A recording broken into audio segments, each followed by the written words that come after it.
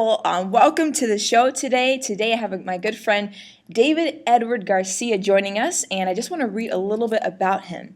David is the only five-language speaking motivational comedian on the planet. He empathizes with diverse students who face challenges because he was once considered an at-risk student himself before defying the odds and graduating with a bachelor's degree and then earning his master's degree.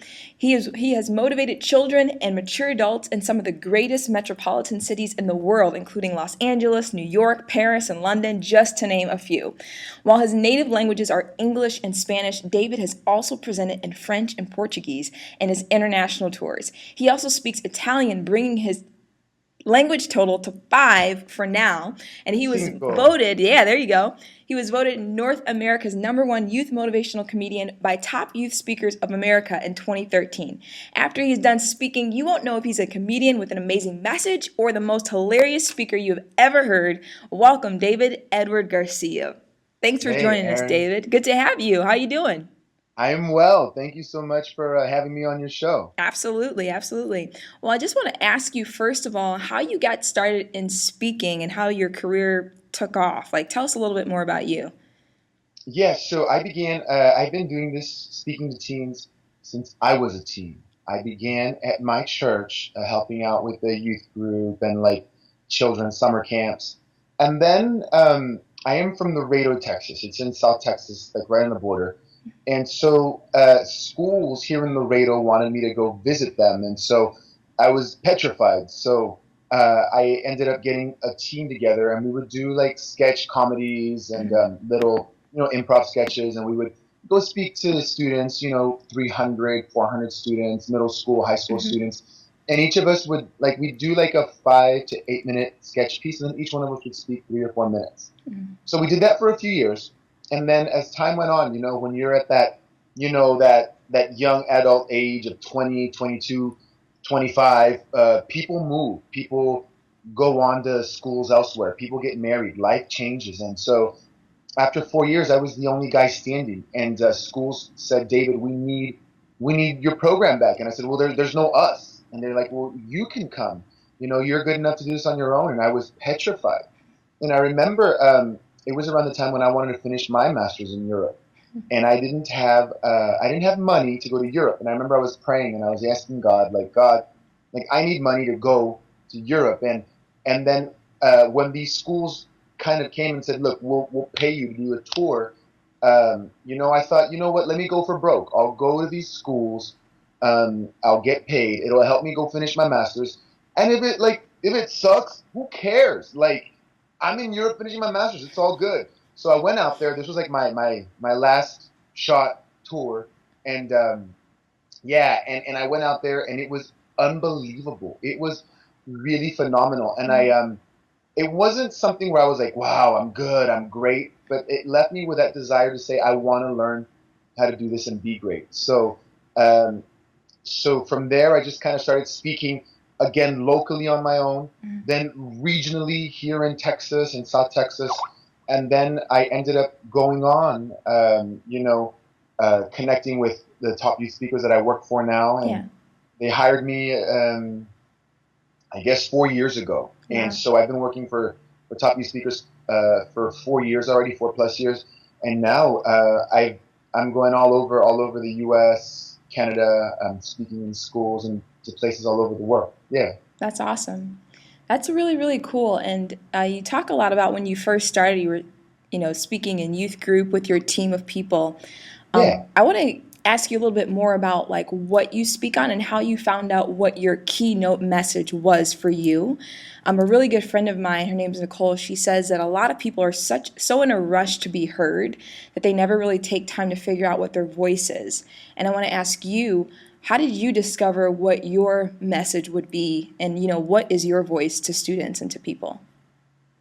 Wow. Well, that's a very good, strong question, and your friend Nicole's quote is very, very good. I would also add that it takes, some experts say it takes 10 years to really find your voice.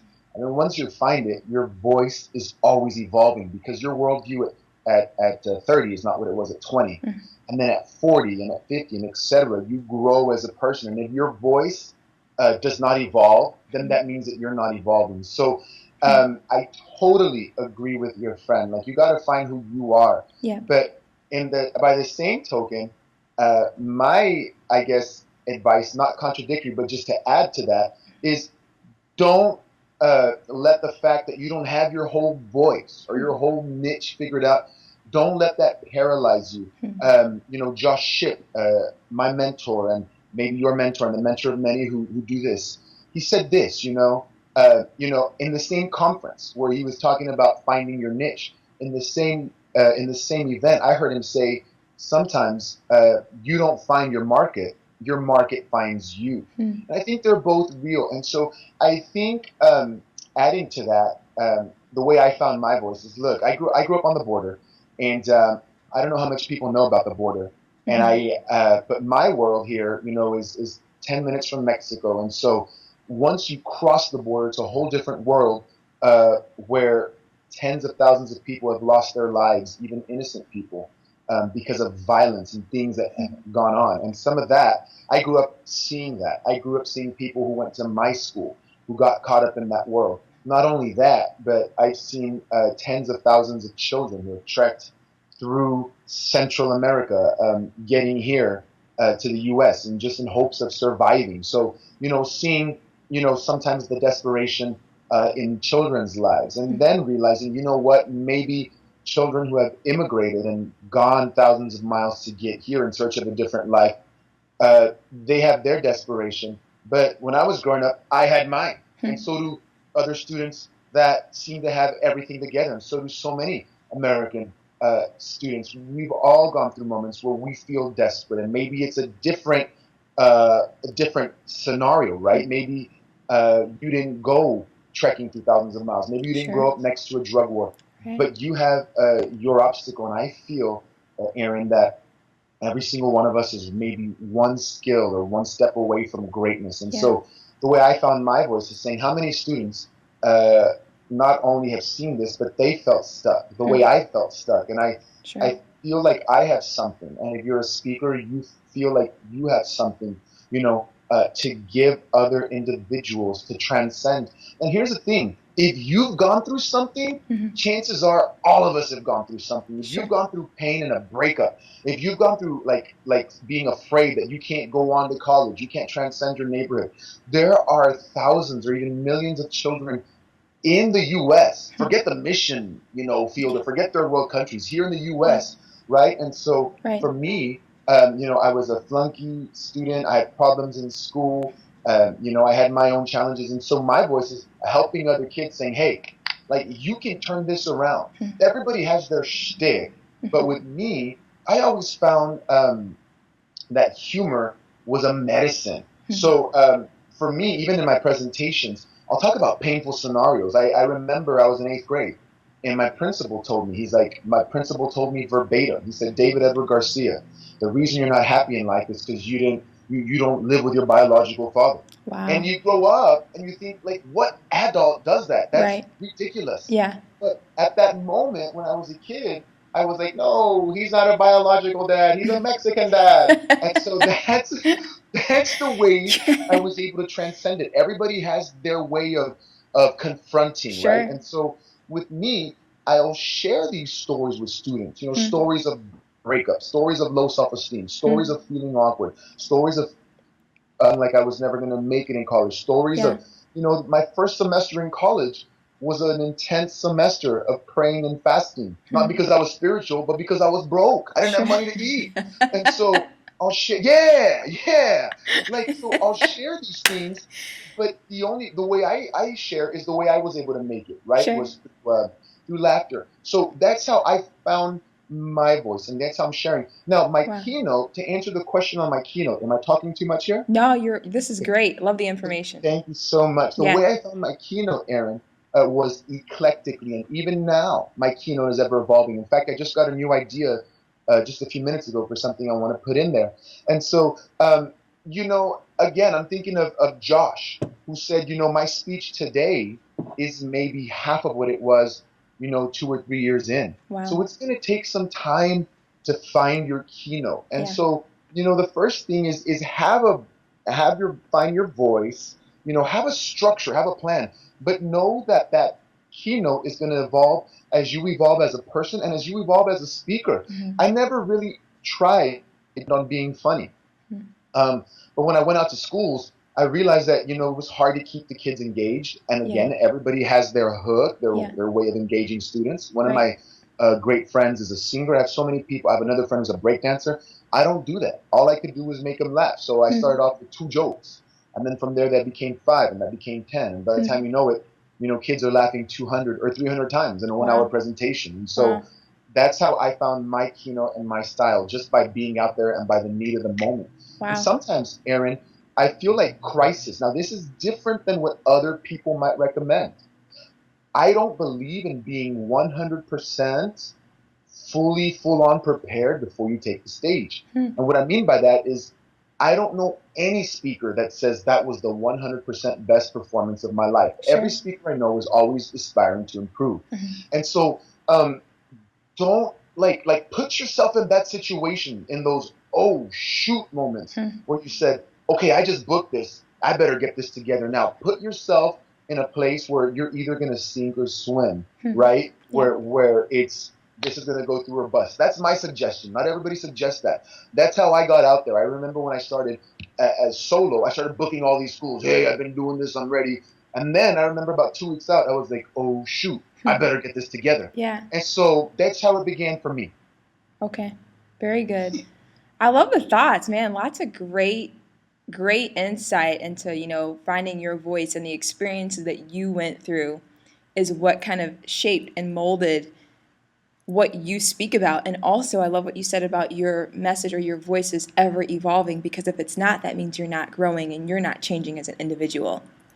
That's a big insight right there. My last question is this, David. I wanted to ask you, on the practical side of being a speaker, Yeah. what are some things that you do to develop your gift, to improve yourself? Whether it's, I know you like to work out, or do you videotape yourself and then watch yourself over and over and find things that you can improve? Or what are some practical things that you do to develop your gift as a speaker? Very good question, Aaron. I don't film myself, and I need to. And here's the thing: every speaker needs to know. This is something that one of my coaches taught me. You are your own best critic. Hmm. The other day, I was speaking at a university, and the guy who was kind of helping run it, he took a liberty that I didn't give him, and he started telling me how I should have reshaped my speech. Hmm. And I just had to say, thank you very much. I thought about that, but I decided to go in another direction. And here's the thing: I'm very open, especially when they're peers that I trust. I mentioned Josh. I Yeah. mentioned some of my other friends that are close. But yeah, so, but the bottom line is, it has to be something that's me. And so I cannot take your speech, Aaron, and I know your speech is phenomenal, but I Mhm. can't take that and do it, because then it's not integrity, it's not authentic. So Sure. I don't film myself. I'm going to start doing that. Okay. Well, what I do, and that's the best thing, you're your own best critic. What I do, Aaron, of course, I try to keep myself mentally and physically fit. That just helps your brain. Things that we all know, that just helps you as a person, that Sure. helps your happiness. Right. Sleep 8 to 9 hours, eat well, all that stuff we all know. On a practical level, I have comedy coaches. I Hmm. had comedy coaches in LA and in New York. And so I'm always taking lessons. And I Okay. do sit with my coaches, and I do see my stuff, and I say, how about here? How can we pitch off, new material, new content? So I have coaches who actually help me. And I'm going there 2 times a year. Got And it. I'll be going there in a few weeks again, in fact. So I'm always working with coaches. I also have Hmm. peers. I have a few peers that I can think of that we're bouncing off ideas. I like to so I have other friends, right, Mhm. who are close by. I'll ask them, hey, can I work with you? Can I give you, can I get on there for 5 or 10 minutes? Mhm. And I don't ask them to pay me. I just go out there so they can, we can have that camaraderie, and then we talk about each Sure. other's talk. And so other peers that I trust, Hmm. letting them see me, letting them give me ideas, and vice versa. Got And it. you find, like, the top comedians are always around a writing team. Hmm. And I feel like if you're ever around a group of speakers who will help you, or writers, that's probably one of the greatest things because they're helping. It's tough for most of us because most of us fly solo, we live solo, we have Yeah. our own deal, and we just go speak. But if you have that chance to have a few friends around you, that's probably a great thing to Wow. do. That's awesome. Well, man, thank you so much, David. This was great. It was a really good insight. I appreciate your feedback and your answers. And thanks for just being willing to chat with us and just help some people that are on the journey just like you. So I appreciate your time and have a good one. Thank you, Erin. Thank you very much. Yeah.